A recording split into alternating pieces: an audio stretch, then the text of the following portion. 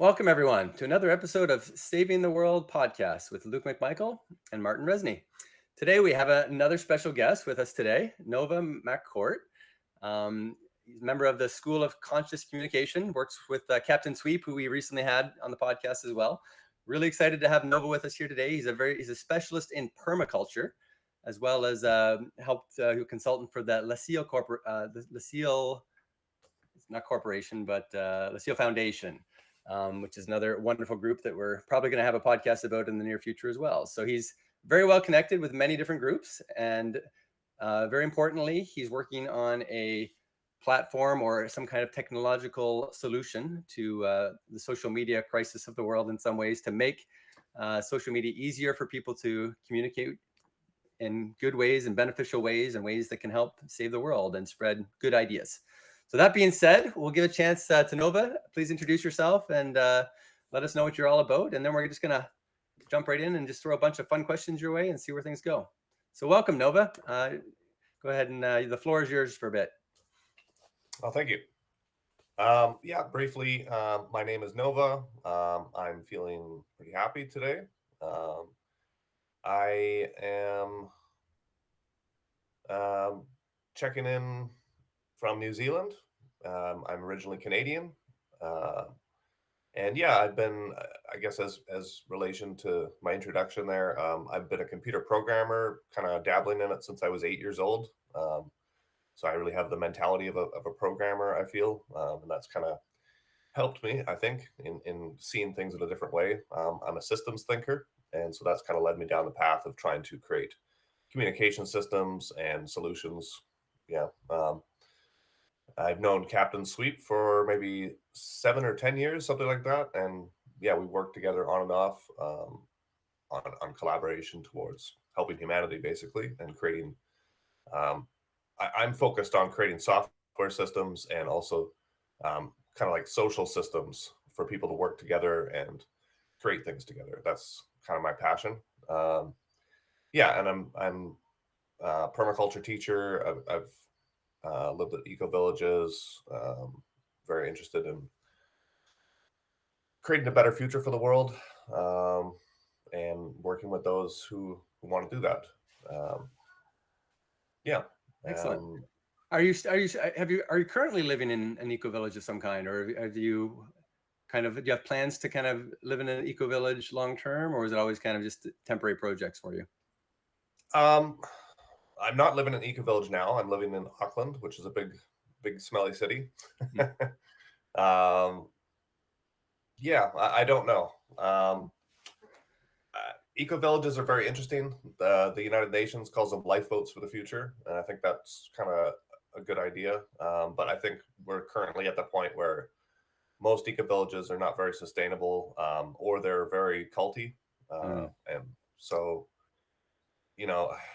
that's definitely a problem. At some point, I had a dream to create an eco village, the way I think it should be done. But then that's how they all came. So that's how they become culty. Sure. I'm definitely very interested in trying to solve that problem as well, in a way that you can make them kind of sustainable and scalable, right? To where you can just kind of have anyone in the world can just sign up and join an eco village without a whole lot of overhead, or without having to go through culty forms and spend $1 million to try to buy something into one.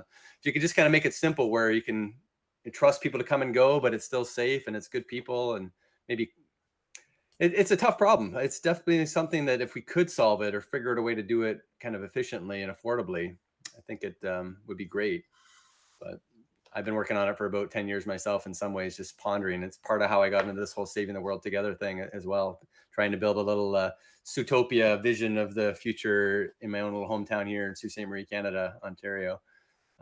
So anyway, that's something we can maybe talk about again in the future, but I'm very curious on what your ideas might be as the perfect eco village, or how we could at least imagine what that kind of protopian society might be.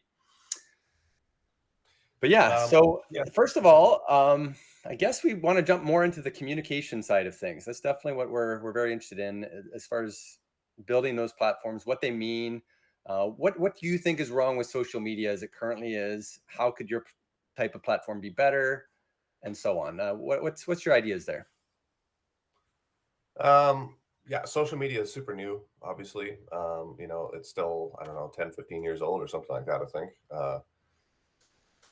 It's interesting. It sort of crosses me as a bit of a broadcast medium still, most of it at least. Mhm. Although it's all about networking and everyone has their own page and everyone can kind of like communicate, with each other. But it still feels like a broadcast medium to me, in a large way, uh, which is not necessarily bad, but just to characterize it.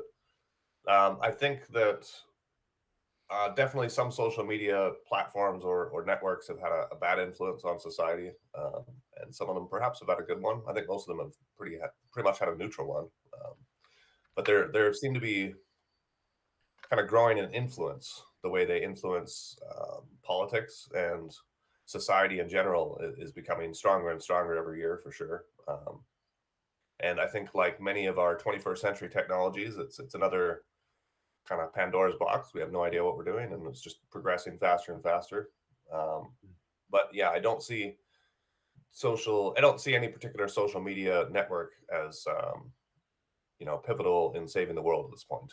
They're Mm. good for advertising, though. Yeah. That seems So to be just it. just a quick note for the Game B. So you introduced me to Game B. It's a nice little video. We'll have a little link in the comments here, hopefully, where people can go and watch this. But is it basically social media? I joined the Game B group, and it's basically social media for saving the world type conversations. Is that kind of what that started as? Yeah, it's a really cool video. I suggest anyone to check it out. It's called Initiation to Game B. I found the video very inspiring, and then there's a call to action at the end to join Game B, which is a website, and there's also a Discord group. And yeah, it seems to be a collection or a meeting place for people of like-minded who want to change the world, want to create Game B. But like most of these social networks, they don't have the mechanisms, they don't really have the systems in place, I think, to support people actually working together in a collaborative way. And so, there's lots of things like that out there as well, that are kind of standalone things. And that's Yeah. currently what I'm seeing a lot as well. There's, many collaboration softwares or a collaboration website you can use to do things with people, whether it's for work or community or whatever. And there's social networks and there's other things, but none of these things are kind of integrated. And I think that's kind of the solution that we have to head to is some sort of integrated So, platform so, that. so you think the necessary or needed improvement is fusion of the communication part of the social media with some sort of productivity tools? Yeah, and it'll probably spiral out of control the first few times it happens, but it needs some sort of incentive-based system in there, social credit system or something you could call it, where people gain reputation or points or something or other Hmm. by contributing and helping the causes that they happen to join, and some sort of system like that maybe. So Because we need social, so incentives. communication tools, productivity tools, and crypto in Not one. necessarily crypto. Crypto itself is a whole other thing. So You know, currency. Let's say Well, so just yeah, social credits is kind of a form of currency slash crypto that you would use for something, right? well, crypto could be well, about is it technological implementation, right? Yeah. perhaps, but you can't. This would be something you can't spend. Okay.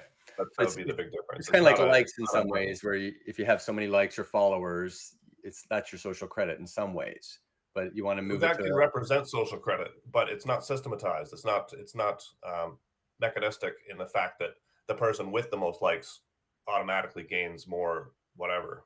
so how is it That's just different? Or the communicator for how would people. people give social credit instead of likes? Like how would it be different from likes as far as It wouldn't need to be different, actually. It just needs to be fused with okay, more. So interesting. that, for So, example, if you had a discussion platform where people are discussing important things, you could have text and then meetings like this, and the people, with a built-in system of incentives and communication and everything else, where you're having these things regularly, and there's different levels of it, where a higher level would be the video, and a higher level than that would be these you get on a panel to do the videos or whatever. The people that rise to the top that have the most to contribute or the most supported end up moving up those kind of platforms or chains in the Okay. system. I think something like So that makes so sense. something like giving you more access or authority or stuff like that in the system based on your literally level of contribution relatively to everybody else. So basically, it sounds like gamification to me. It's like making it more like in video games, you earn experience You're points, leveling up. grow in, You're you getting level up, experience and points. you can access areas you were previously unable to access, or you get more powerful tool to accomplish something that's Yeah. exclusive. It sounds interesting. I'm trying to figure out exactly like how it's different from say TikTok likes, and because like basically so TikTok, YouTube, even Twitter and X now. So the X is trying to kind of be the tool for everything. They're bringing in payments, they're bringing in news, they're trying to make it more social. They're trying to steal Facebook's group to some extent. So they're trying to bring it all into one app, like you're saying, integrate everything somehow. Now, whether or not they're successful, I have no idea. I think changing the name to X was a pretty bad move, but who knows? Maybe it'll work out for them in some way. And maybe, just maybe, if it's done right, we can get a good group that's using it in a good way and actually, at least learn from it and learn, how to do it better or how to take advantage of these kinds of tools. So I'm just trying to, again, in my head, make the jump for if someone gets lots of likes, they get money, subscriptions, more attention, and they kind of go up the chain of what they can do with whatever tool they're getting the likes. So you're proposing that you have a tool similar to that with social credits, where the people running the tool somehow offer more power to people to kind of decide to put their stuff in front of more people if they get more social credits versus like how is it different from likes? I'm still not quite getting it, I guess. Well, I'm not an expert in social media, so Okay. I have I believe a bit of an instinct, and I think most people do, to be able to see something, and you don't have to understand all of it. You can just kind of see where it's going. And Okay. The problem with those big systems is they're owned by certain people already that have their own agendas, and Right. whether they're nefarious or not. I'm just saying they are already owned by large corporations or rich people that want to see certain things happen. Yeah. So they're not in the public control, of course. Yeah, no, exactly. And to have a system that's kind of with that kind of built out of it would be also a smart thing. I would, to be honest.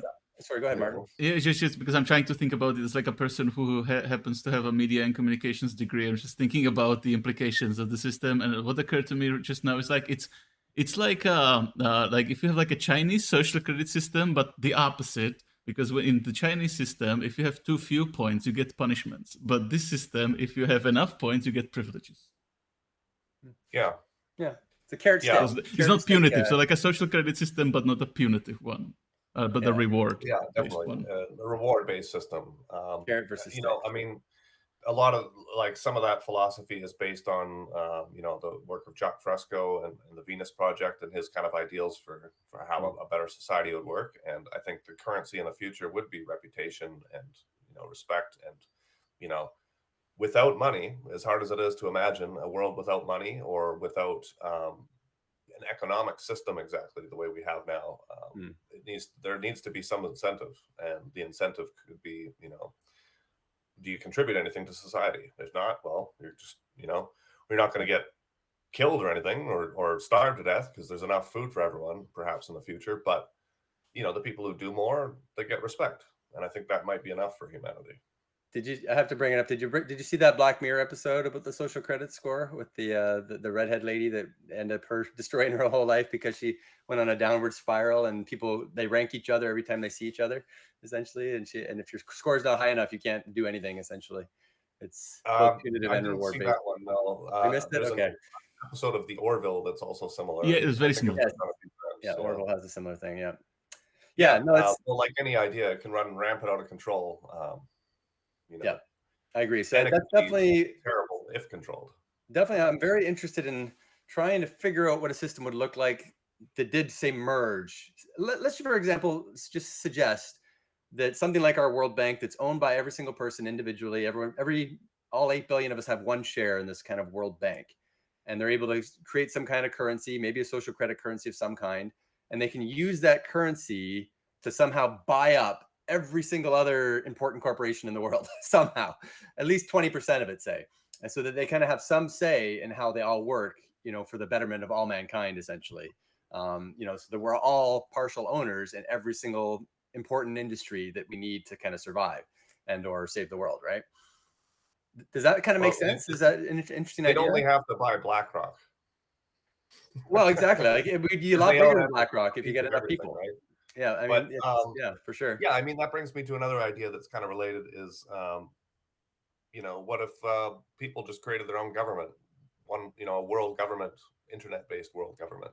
That's exactly because the I same think thing. in my study of trying to create solutions, I've been working on it for many years, as you, and in my studies, I found within a few years of research, because you have to research one thing and it leads to other things and they're all connected. You got to learn more about everything to figure out what the heck is going on. Like, why is there poverty and starvation and wars and all these problems? And I've come to the conclusion that they're on purpose. 95% of this is no accident. It's, it makes money for a lot of people and it keeps other people in power and so on and so forth.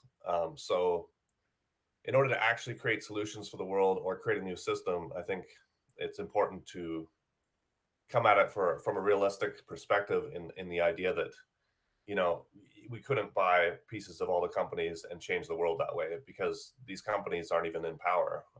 The governments are not in power, really. A lot of it is a big mess. Just no one's in power is kind of the short answer. But at the same time, there are, very powerful groups invested for a long time that, they're invested in the problems, and there's no mechanisms on purpose in order to fix them. Using the current system to do that, I think is kind of, running around in circles. No, it's a great point. So it's the powers that be, the what do you call it? The TT powers that be, PTB. So there's definitely, the Illuminati. Say 1,000 powerful individuals that probably control close to 90% of what happens in the world, on the bigger levels anyway.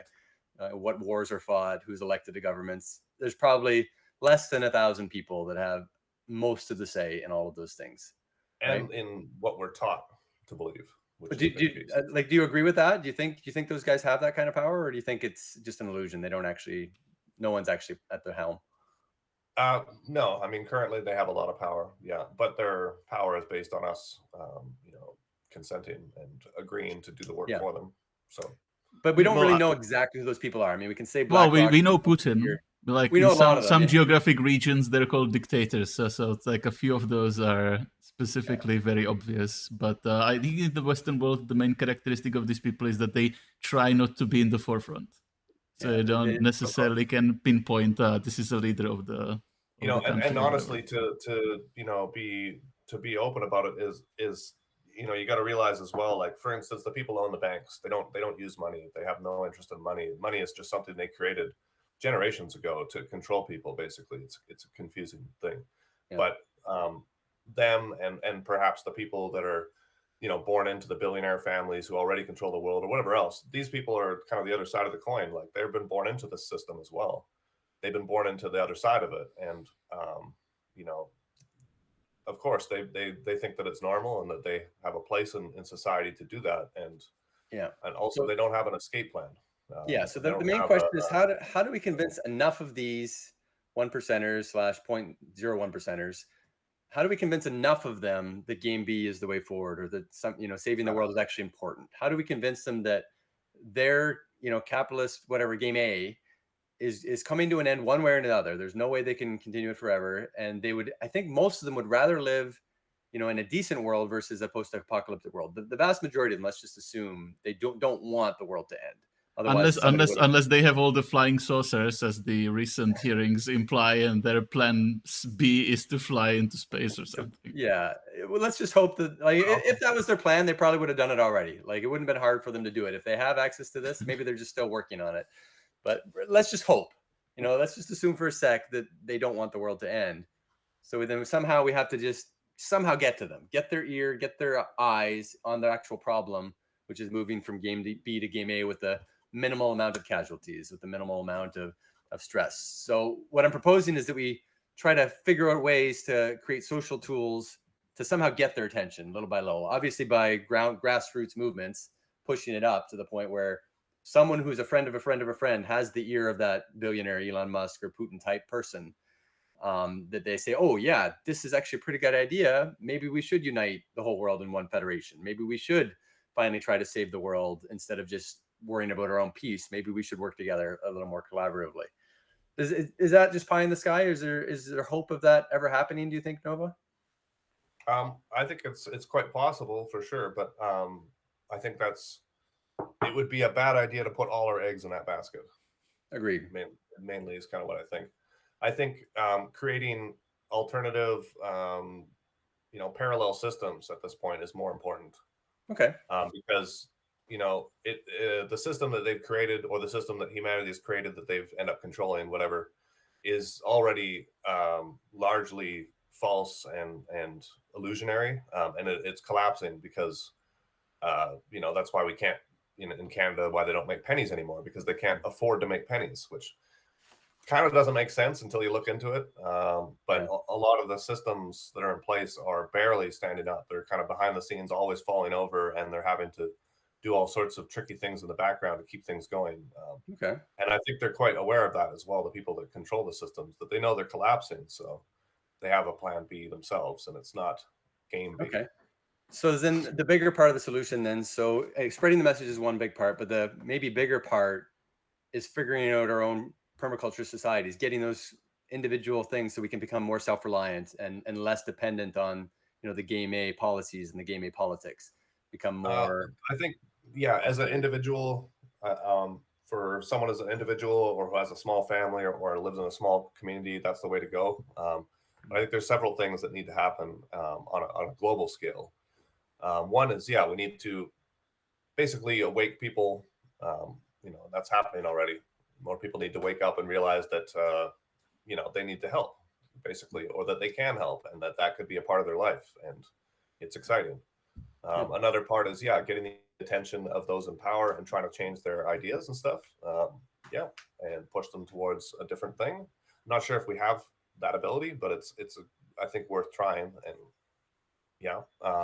well, they're more likely to listen. Is literally creating like a global scale alternative system. I think they're more likely to listen to the ideas if we feel like we've implemented some of these systems and tested them and kind of say, yeah, this works way better than Game A systems. We've got these Game B systems that actually are pretty cool, and they're actually kind of starting to make sense. And I mean, they obviously are the ones that fund many of the biggest research projects because they want to see where they go, right? And, so some of my personal favorites, let me know if there's any you want to talk about, because we've talked about a fair number of them, but my personal favorites are some kind of, fusion energy is a lot of fun to think about if we can get some kind of cold fusion or general fusion thing.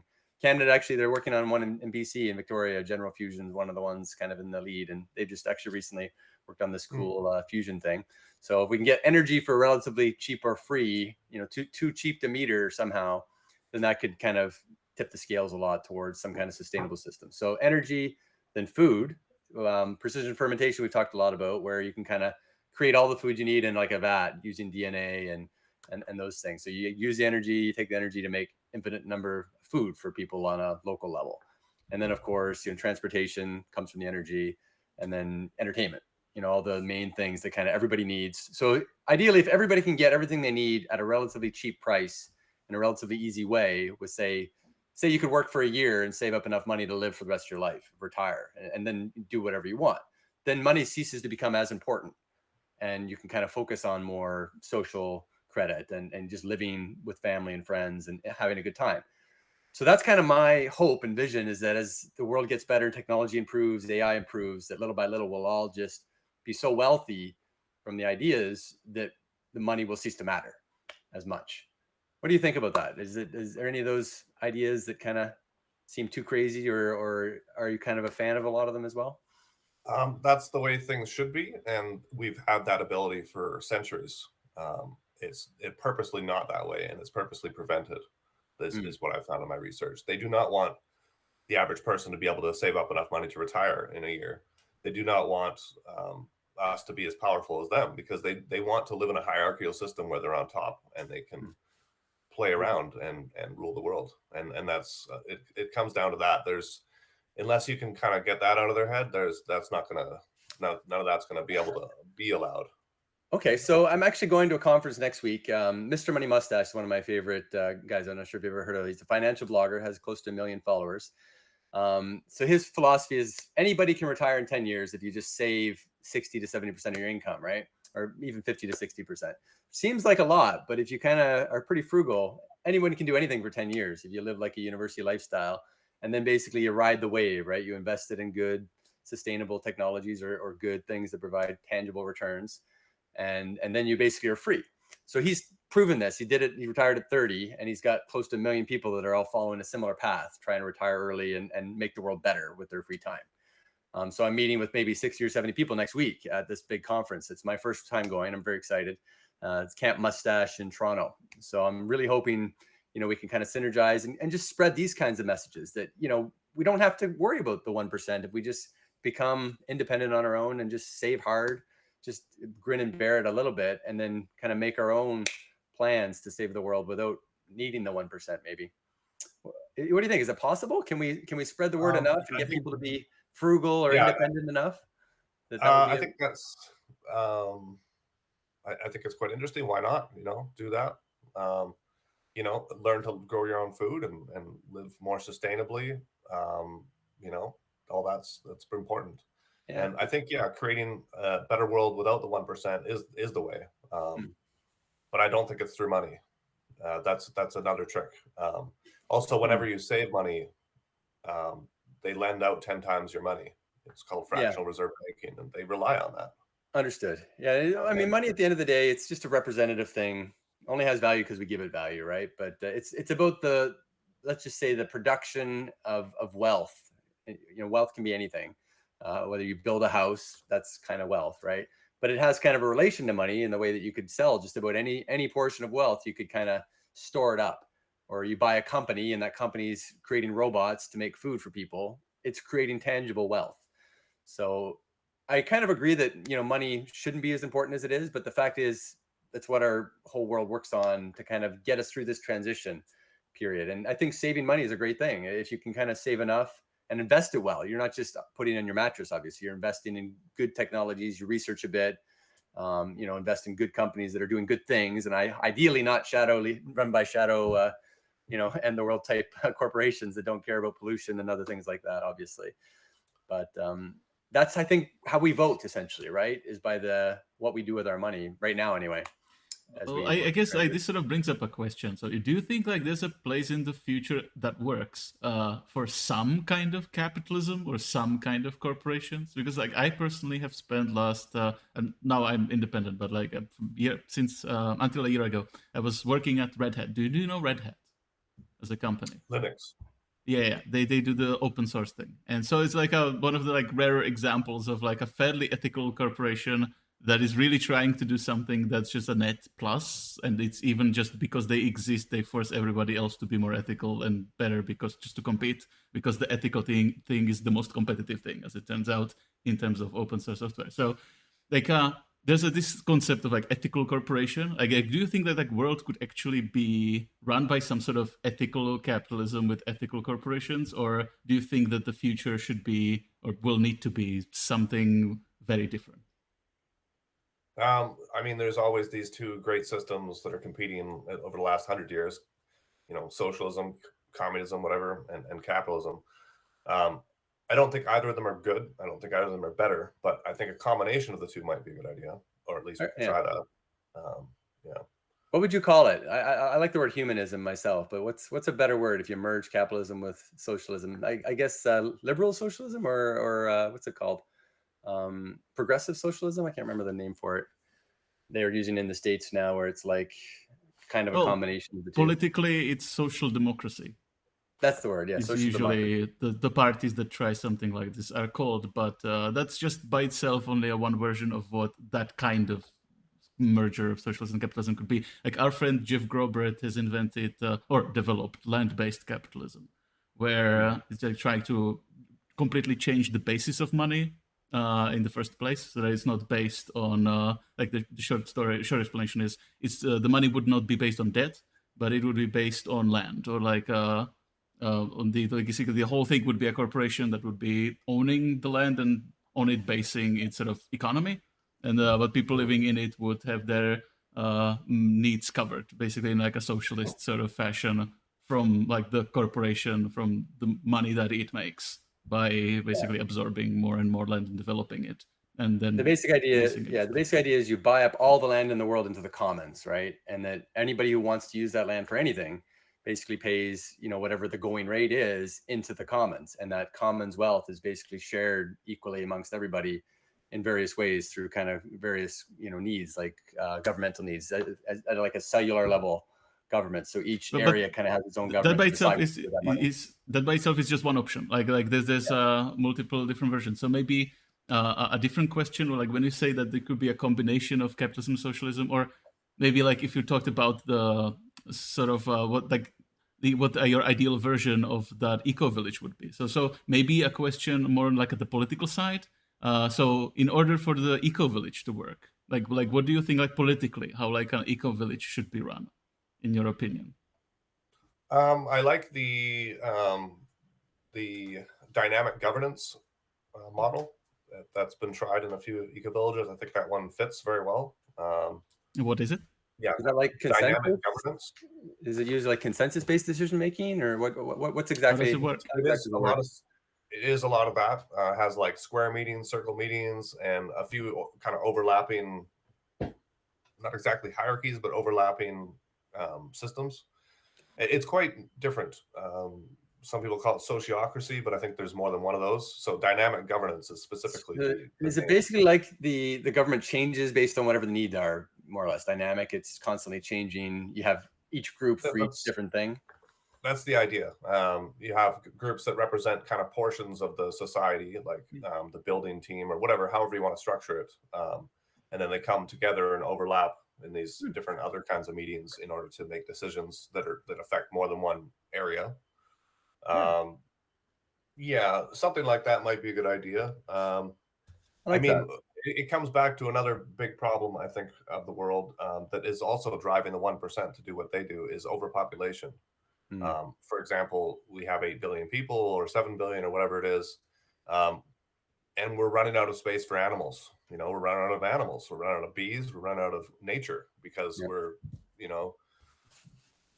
using all the land, and that's a problem no matter who runs the world. So I think that's the driving force of why they're doing what they're doing, and why there is so much pushback against us becoming more wealthy and stuff, because we don't have, I believe, the mentality currently, whether it's on purpose or not, we don't have the mentality or the wisdom that we should as individual humans.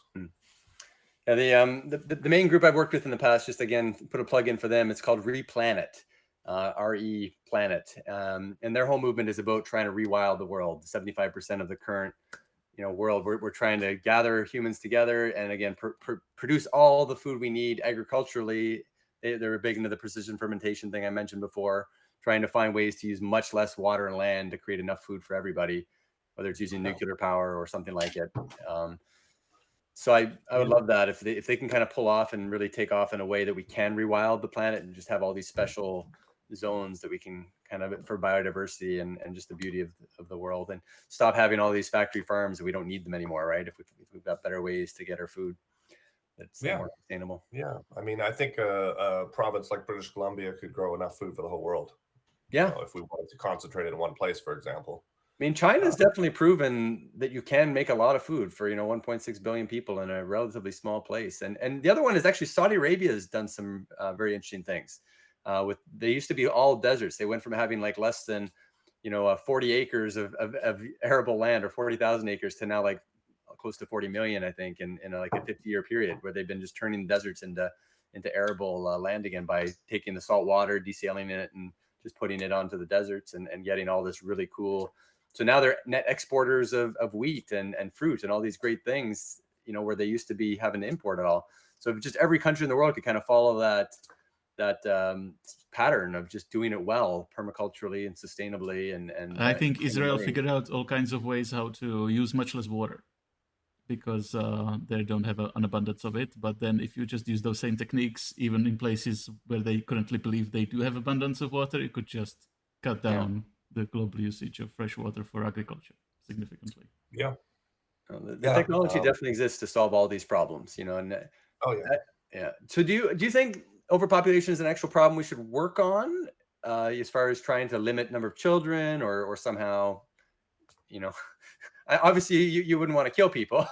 So like, how would you deal with overpopulation if you were Supreme Chancellor of the World Dominion?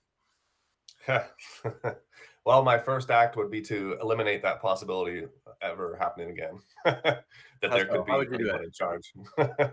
Yeah, so But that you would No. stay forever, the emperor of mankind. no, no, no. I mean, I would remove the position from the system. I'd make it different.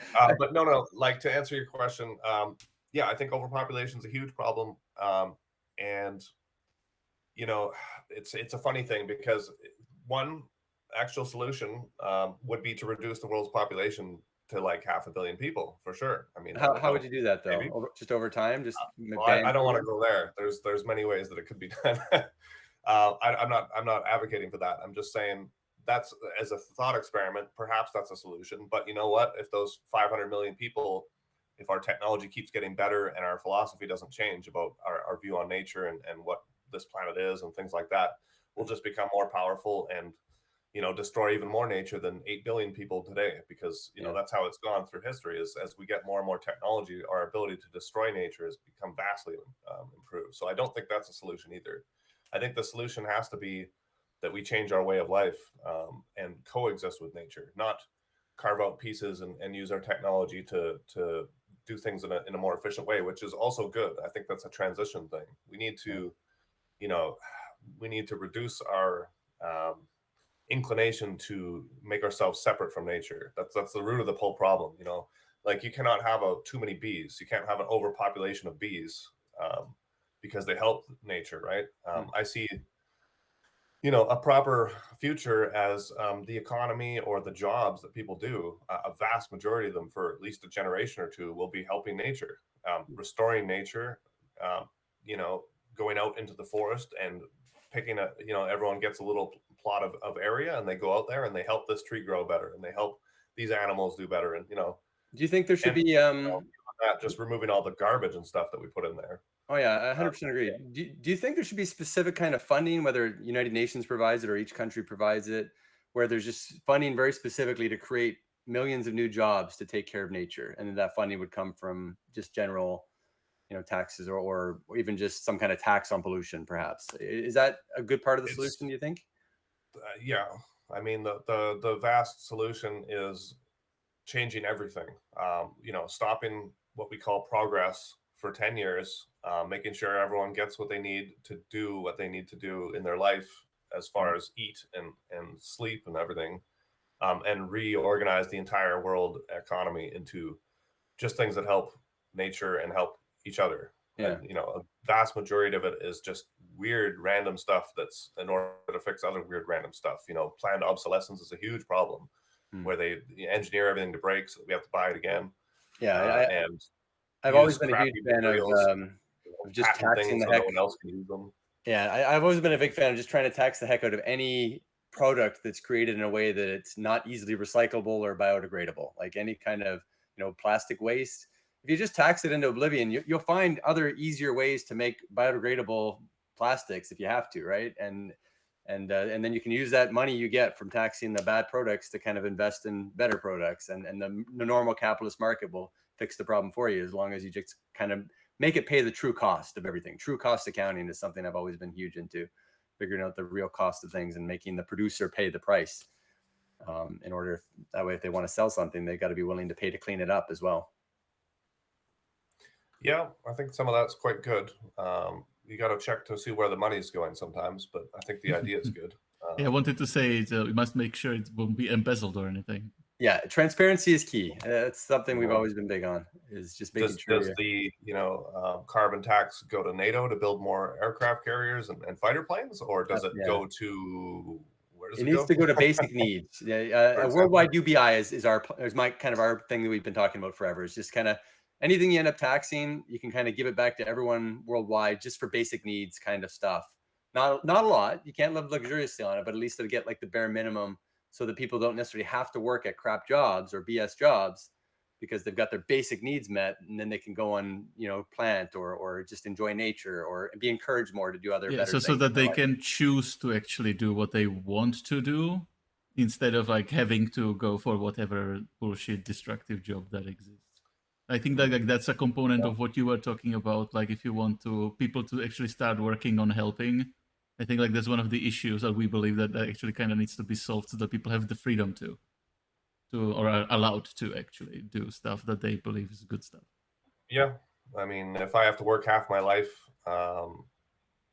in order to retire, with the other half of my life as my health declines, then that's going to continue for a while. But it's probably not the best way unless you're doing something that you love, and then sure, but it's not a job then. Exactly. Yeah, and anything we can do to give people more freedom to make good choices is and educate them on what those choices mean, right? That's a huge thing. Well, and that comes back to philosophy. I think there's a lot of problems and there's a lot of solutions, for sure, but it's also we can say, oh, let's tax the crap out of these things, or fund billions of dollars for this, or change the whole economy to do this, or any of these things. But the three of us actually can't do that. So it comes back to like, what can I do? What can you do? What can the people watching us do now to actually make a difference? And I think that's where it comes back to. We need a collaborative system where individual people can get together on a mass scale and start to change the world without having to worry or without having to interact with the current system. Because I think that's the whole problem. It's not built to change the world. It's built to control the world, and it's also just a big mess. And agreed.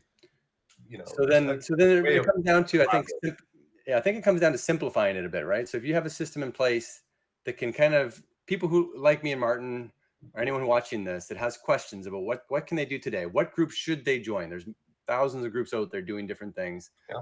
What's the best use for their time, whether it's an hour a week or several hours a week of their limited time to try to make the world better? Like, is there any specific spot you would refer them to right now? How should they spend their time, according to Nova MacCourt? Oh, wow, that's a huge question. The emperor of mankind that we mean. Emperor of mankind. for a day. You get to be the emperor for the next hour. Wow, for anyone watching this.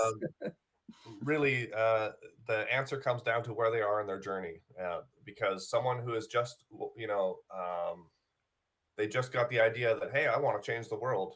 That's right at the start. Okay, and then they don't know how, so they should start to research. If you're somewhere at that point, you need to research, whatever is most passionate about you, most passionate to you that you want to change. Learn everything you can about it, and then you'll find quickly enough that it's connected to lots of other things. Start learning about those things, and start learning about kind of the mechanics of whatever it is, whether it's pollution or overpopulation, or poverty versus rich kind of problems, or whatever it might be that you want to focus on, animals, whatever. Learn all you can about why those problems exist, how those problems work, what are they connected to, and kind of figure out the mechanics of it. But inevitably, that's going to lead to you're going to need to watch a lot of stuff and read a lot of stuff and think about a lot of stuff before you should really do anything. That's I have to interject for a sec, because I've been kind of doing this myself for almost 20 years now. And I mean, the last 2 years, it's kind of led me towards this whole movement of saving the world. Whether or not we ever save the world with this movement in some small way remains to be seen. But like, I'm trying to figure out, so is there a shortcut? Does everyone have to spend 20 years preparing before they can kind of start an organization or start a nonprofit or join a nonprofit? I mean, I guess it's really tricky. It's an individual thing for everybody, but is there some shortcut? Is there some easier way versus studying for 20 years or even 2 years or whatever for this small amount of time? What do you think? Can you give us some shortcuts? Is there one? Something simple to do that you don't have to think about, that helps. Yeah, I mean that's kind of where we're at. I think I think that's part of the problem, is like everyone's looking for a shortcut all the time. Yes, you're right. I guess, I mean, to answer that in a helpful way, be the change you want to see in the world. If you want the world to live more sustainably, do it. And don't force other people to do it. Just do it well. Do it really well. Get good at it, and people will, the right people will follow you. Very cool. You don't have to spend 20 years researching stuff if you don't want to. You can just go out there and start cleaning up garbage in the nearby forest. You can start, growing food in your backyard. You can start. I think one of the biggest things that's missing, and most people kind of forget, is like the human side of things. Like, go help, go volunteer. Help in whatever way you can. Whether it's picking up garbage or whether it's going to a hospice or somewhere where there's elderly people that don't have any family, and just be their friend. Okay. Talk to people on the bus or whatever you do about the things you think that need to change, and don't try to be the person that tells them everything that they need to do and who they should be. Just, talk to people and be kind to one another, even your enemies, as hard as that sounds, because that's, a lot of the reasons I think the problems persist is because the vast majority of people are stressed out and fearful and worried and confused. And the little by little we can help with that by just talking to other people and helping them feel better, or listening to them sometimes actually does help in kind of a butterfly effect way as well. Okay. So, yeah. I like that. No, it's always fun to do the little things and start small and work your way up into the bigger things. But I'd love to do something like what you're talking about with the social media thing, going back to that for a sec. So say you could get most of the world, or anyone who cares about saving the world, let's just say you could get them all in one spot. One social media system of some kind that kind of takes off and becomes the place to go to save the world. And they have some kind of vote or some kind of, democratic system that decides, okay, we're going to try this. We need to unite the world and charge a certain tax on this kind of pollution, a certain amount worldwide, so that there's no loopholes, or and it's completely transparent and completely fair for everyone in the world. If they decide, say, this is the way to go, and then it becomes, I guess, a matter of convincing the governments of the world, the UN, to kind of go with it. But let's just say it is that simple, and they can kind of come up with that kind of a system in place and agree that this is the way to go, and then somehow implement it.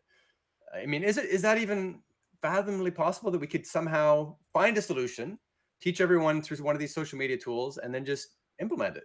Like, maybe it is as simple as our 4 steps of taxing the pollution, give all the money back to people with the UBI, and make all the companies in the world transparent, and make all their board meetings public, and essentially make it fair for everybody to own a piece of all these good companies, and have everyone kind of at the table. All the information's there for people that want it. Could it be that simple? Is it possible that we could make it that simple someday? No, because that's not simple. That's a very complex collection of ideas built on top of each other. But let me go back all the way to the start of the question. If you can get 1 million people together that want to change the world, that's where you start. Not you put a lot of stuff on the end of that. And I think if you had 1 million people together, how about everyone just puts in 3 hours a week?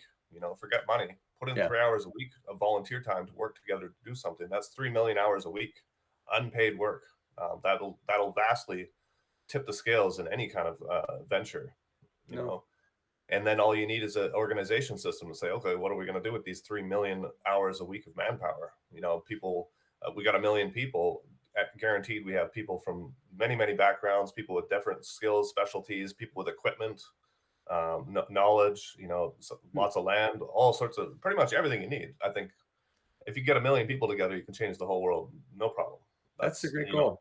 Even if there's 8 billion of us, and it's important that we would not use the only solution. I think it would be not to try to connect it to the system and work off the existing mechanics and try to leverage the UN or anything like that. No. You got 1 million people, put in 3 hours of volunteer work a week. That's not hard. Everyone can find 3 hours a week and just do it.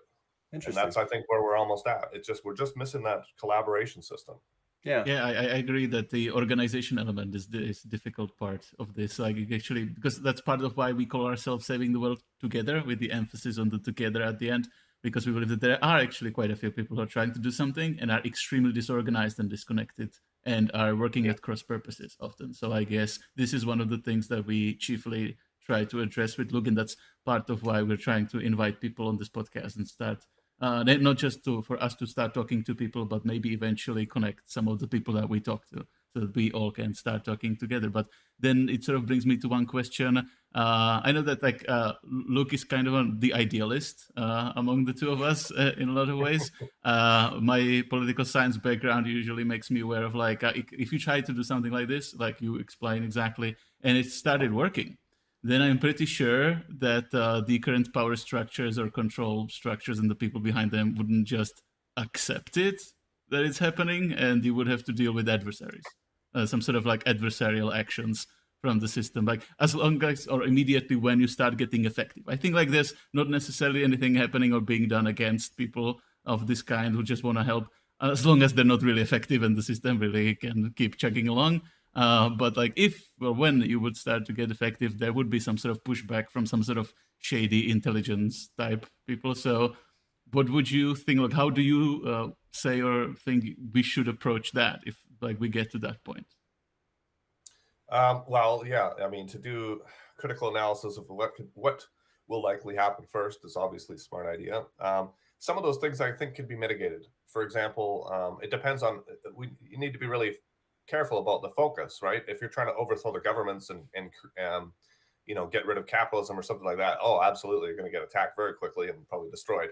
But if you're trying to do, something a little more holistic and a little more obscure, even, it might help. But for example, yeah, I think,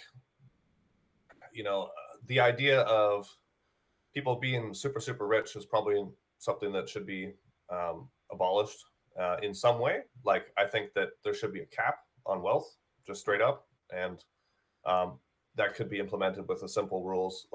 The only reason the corporations have so much power is because of a few laws. If even one of those laws was overturned, they'd instantly overnight become powerless, which may or may not be good. But I'm just saying it's actually a very easy thing to change if you just get the right person to sign that thing and say that thing in court.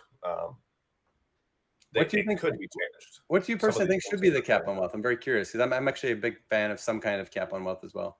What do you think is a good number right now? That's a problem because of inflation and everything else. It's putting a specific number on it is an issue. It doesn't have to be a specific number in absolute terms, but I think it would be good if it was a relative percentage. Yeah, say what percentage of the average, right? So say the average wealth or the average income is, 50,000 a year. Or maybe the question should be phrased: how many times more than the average wage could you have? What would you think? Let's start with 1,000. Start with 1,000 times? That's a lot, sure. But yeah. Some people are making way more than that. There are. So 1,000. I think that's not too threatening, and that the people that are currently making 10,000 or 1,000,000 times the average person, what's out there, they might be okay with that. And then maybe another generation, we bring it down to 100. But also it's still, I think, maybe good in that it still is, there's this motivating factor because the rich people, or the richest people, would sometimes oppose all of these things by saying arguments like, well, then they won't be motivated to actually try to produce more wealth. But as long as it's still relative, then as long as you're pushing everybody's wealth up along with yourself, then you can get richer in absolute terms. That's interesting. I think it's reasonable. Another way to cap it is to make a rule where if someone is the CEO or perhaps the owners or shareholders you go with, but you get people that have made so much money off the corporation they've created, and after they've made an incredible amount of money year after year, and it is increasing or staying steady for 10 years, boom, there's a cap. They automatically get them and their family and all their children and their children are guaranteed a certain amount of whatever that from society from then on for the rest of history. If you give that type of incentive, then you can bring down the actual monetary incentive quite a bit, so that people try to reach that point and then they can relax. They live in a rich way, actually richer than the average person, and all their family will forever, and they don't have to worry about making a mistake or being outcompeted or anything anymore. That's a different kind of way to approach it. But I think going back to the other idea, if you had 1 million people and you had 3 hours a week coming from all of them, and we did try to do something pretty huge, and there will be backlash and stuff like that. But remember, this is 1 million people. We have 3 million hours a week of people that can, combat that basically. And there is not 1 million people that would attack us. There's way less. So even with all their money and stuff, I don't think it would be much of a challenge. I mean, again, the idea is that we're trying to convert the rich people too. Somehow we're trying to prove to them or demonstrate that the world will actually be better for them as well as us if they just go with game B, right? If they just realize game A is over, many of them already have. I think it's like some of the richest people in the world realize that we need significant changes in the way things are done. So I don't necessarily think there'll be that much pushback if you do it in the right way. Yeah. That's the Well, hope anyway. there are definitely real examples, like with the whole UFO disclosure thing. I think at one point in the 90s, the people who wanted to push it forward, which actually included like President Bill Clinton and his family and stuff, it was one of the Rockefellers. I don't know his exact name, but like he basically got one of the Rockefellers on board with that project, even though like it presumably involved him getting to some extent against the interest of some people in his family who were probably involved with some of these things, and so it wasn't definitely easy for him to be on that side. But I just as an example, like even if it's difficult for them, like if the ethical case combined with like some sort of future economic case, it just makes too much sense. Then I think like there have to be some people who are very wealthy with some minimal level of conscience that would sort of compel them to participate. Yeah, I think if we stack the odds so that the people who have built the world, you could say, or the people that are controlling the world or whatever right now, that we don't destroy them, and we build into this system of change a reward for them, that they become the heroes and the permanent heroes of the world, and that they get that in agreement to stop doing whatever or change this and that.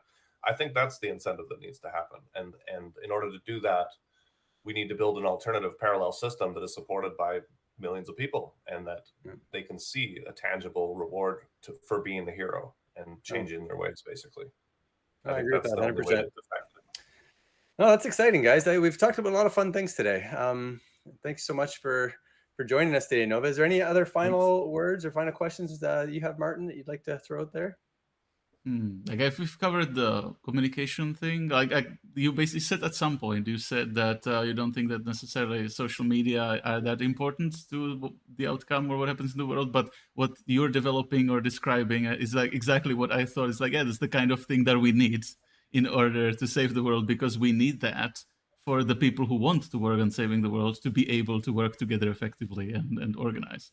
So basically, like if you build something like Twitter, but for saving the world, then I guess it won't have the same numbers as like the entertainment based or broadcast media based social media. But the point wouldn't be that everybody in the world would be participating in it and using it for communication, but that it would be helping the people who can make a difference and want to make a difference to make a difference. So maybe a question that I have about that would be, so how soon until it exists?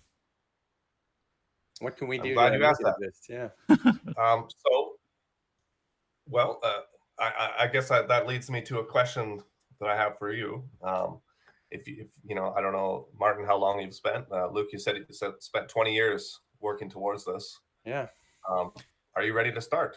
I'm willing to put in 3 hours a week to make this system. Are you with me? And the viewers out there, if we give them a mechanism to join us, we'll have growing numbers by next week. I would love to. We can do this. Yeah, I definitely have 3 hours a week I could dedicate just to this specifically. I mean, we already kind of spend at least 3 hours a week on this particular effort of saving the world, getting guests, deciding who to bring, and trying to come up with just fun the podcast questions itself. But yeah, I mean, much. And then in addition, we're doing stuff. In addition, yeah, like I've spent probably close to 5 to 10 hours in some weeks on this podcast, but I'd love to even throw in another 3 hours specifically for this communication. It goes hand in hand with our Saving the World movement, obviously. It's one of our main 7 pillars. For sure. Really. Like I said, ties to all the pillars. Like I said at the beginning, like it's actually the sort of charter that I wrote specifically for TruthWorks, for our project, is like actually proposing that something like this should be done. So I'm definitely very open to, like, I'm not a programmer myself. But I'm more of a media and political theorist, so I can definitely offer some sort of consultation help with that project, and I would be very much interested. Yeah. Well, I am a programmer, so I can kind of do some of the work. But yeah, if you know, the three of us declare here in this podcast to those 500 and more people that might watch this, hey, if you want to change the world, how would they approach you? How would they approach us? Yeah, Because so they're going to need that answer now, and then they send an can send us email. an email, whatever, and join Saving up. the Let's world. do it. Yeah, savingtheworldtogether.org is our website. There's plenty of links there. Send us an email. I check them every week at least. Or find us on social media. I'm on Twitter media. and Instagram and Facebook. Under my Even name. comment on this video and give us your email or your contact, and we will reach out 100%. I love reaching out to people. It's one of my favorite things to do. And yeah, if we can find some way to organize and figure out the best way to spend 3 hours a week to help build this tool, to teach people how to spend 3 hours a week in better ways, that would be wonderful. And anyone who's hearing this, please, and they want to help us build this tool, please reach out.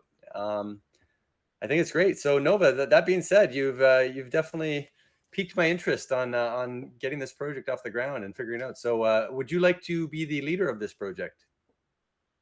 I could be the steward for now. You can be the steward. That's a good word, steward. I like that.